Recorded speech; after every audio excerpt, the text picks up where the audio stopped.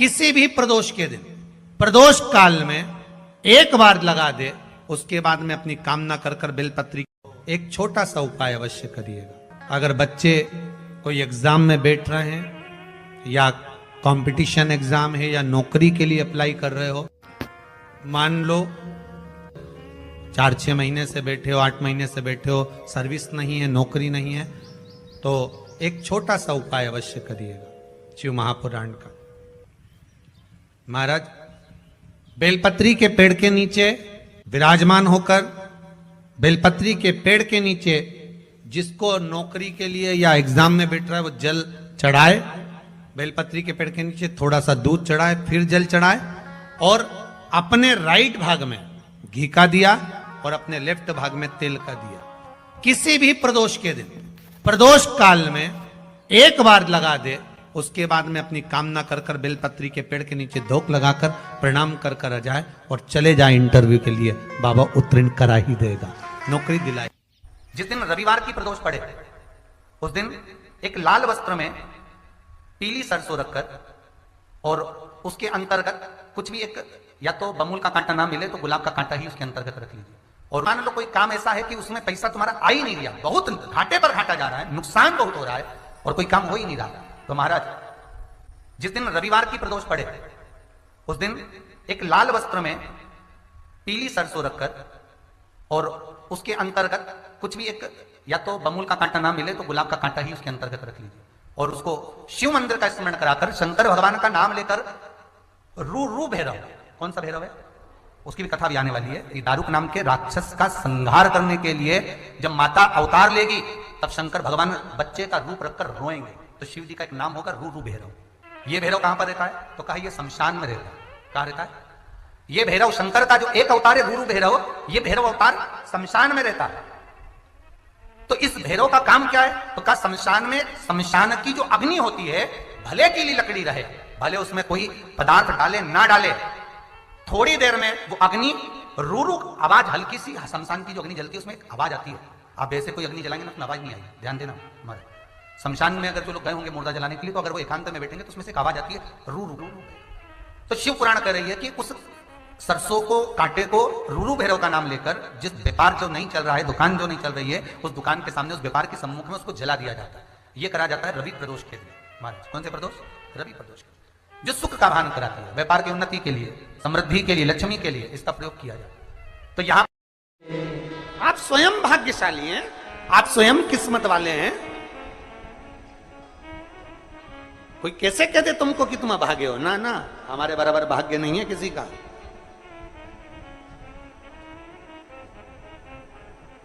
तुम्हारी ग्रह खराब है,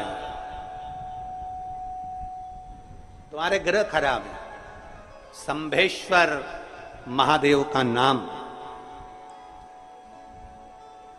7 कनेर के पुष्प, कितने? 7 कनेर मान लूंगा। ये रोड पर जो जाते हो डिवाइडर में पीला पीला फूल लंबा, जो कि पशु पक्षी कोई नहीं खाता, जहरीला फूल माना जाता है, कनेर के 7 फूल, एक बेलपत्र।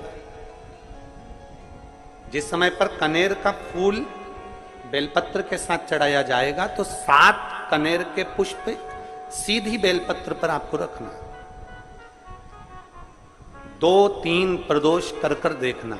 अगर कोई आपसे कहे कि आपका भाग्य ठीक नहीं चल रहा, आपकी किस्मत ठीक नहीं चल रही, आपके ग्रह ठीक नहीं चल रहा है, आप भाग्यशाली नहीं हो, पहले तुम वहां से उठ जाओ, उसके बाद में देवाधिदेव महादेव के पास 7 कनेर के पुष्प एक बेलपत्र में रखकर नंदीश्वर के पास में बैठकर श्री शिवाय नमस्तुभ्यम बोलकर अशोक सुंदरी वाली जगह पर स्पर्श कराकर भगवान शंकर पर 7 फूल के साथ बेलपत्री की डंडी अशोक सुंदरी की साइड हो, ऐसा स्मरण करते हुए शिव को समर्पित कर दे।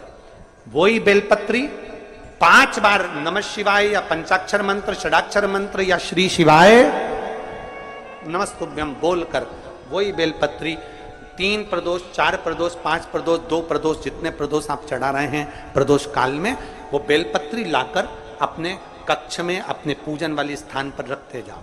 एक बेलपत्री एक प्रदोष पर लाओगे, अगला प्रदोष आएगा, कितना अंतर पड़ता है। आपके भाग्य बदलने में आपको खुद मालूम पड़ जाएगा कि आपकी किस्मत कैसे बदल रही है। मेहनत आपको करना है, परिश्रम आपको करना है, लगन आपको लगाना है। और बेलपत्री और कनेर का पुष्प शिव को चढ़ाओ। यहां नहीं चढ़ा सकते, अपने घर पर चढ़ाओ, अपने शिवालय में चढ़ाओ, अपने देवालय में चढ़ाओ, अपने नजदीक में जो शंकर मंदिर वहां चढ़ाओ। आराधना शिव की। कोई कह दे तुमसे कि ये ठीक नहीं, प्रथम आप ये जो कनेर के फूल चढ़ाओगे ना, इसमें श्रंभेश्वर महादेव का भाव होना चाहिए। श्रंभेश्वर महादेव, फिर से एक बार बोलो, कौन से महादेव? श्रंभेश्वर। और फिर एक निवेदन, मान लो कि डॉक्टर कह दे कि बच्चे की धड़कन नहीं आ रही है, 7 पुष्प कोई से भी, 7 बेलपत्र अशोक सुंदरी वाली जगह पर एक एक कर कर बेलपत्र, एक बेलपत्र एक पुष्प अशोक सुंदरी वाली, एक बेलपत्र एक पुष्प अशोक सुंदरी वाली जगह पर चढ़ा दीजिए। और एक बेलपत्र उसमें से एक पुष्प लेकर अपने घर जाइए और 15 दिन के बाद वापिस उस बच्चे की सोनोग्राफी जांच डॉक्टर के कहने से कराइए। बाबा उस बच्चे की धड़कन, श्वास और शरीर पूरा देगा। श्रंभेश्वर महादेव में, श्रंभेश्वर महादेव का जब नाम लिया जाता है तो 33 कोटि देवी देवताओं का एक साथ नाम उच्चारण हो जाता है। 33 कोटि देवताओं, श्रंभेश्वर। बोल श्रंभेश्वर महादेव की जय। श्रंभेश्वर भगवान का स्मरण पाठ। श्री शिवाय नमस्तुभ्यम। हर हर महादेव। रवि प्रदोष के दिन यह 5 उपाय ज़रूर करिए। आशा करती हूँ यह वीडियो आपको पसंद आई होगी। वीडियो पसंद आई होगी तो वीडियो को लाइक ज़रूर करें और कमेंट में हर हर महादेव लिखें। पूज्य गुरुजी पंडित प्रदीप मिश्रा द्वारा बताया गया यह उपाय बहुत ही महत्वपूर्ण उपाय होता है।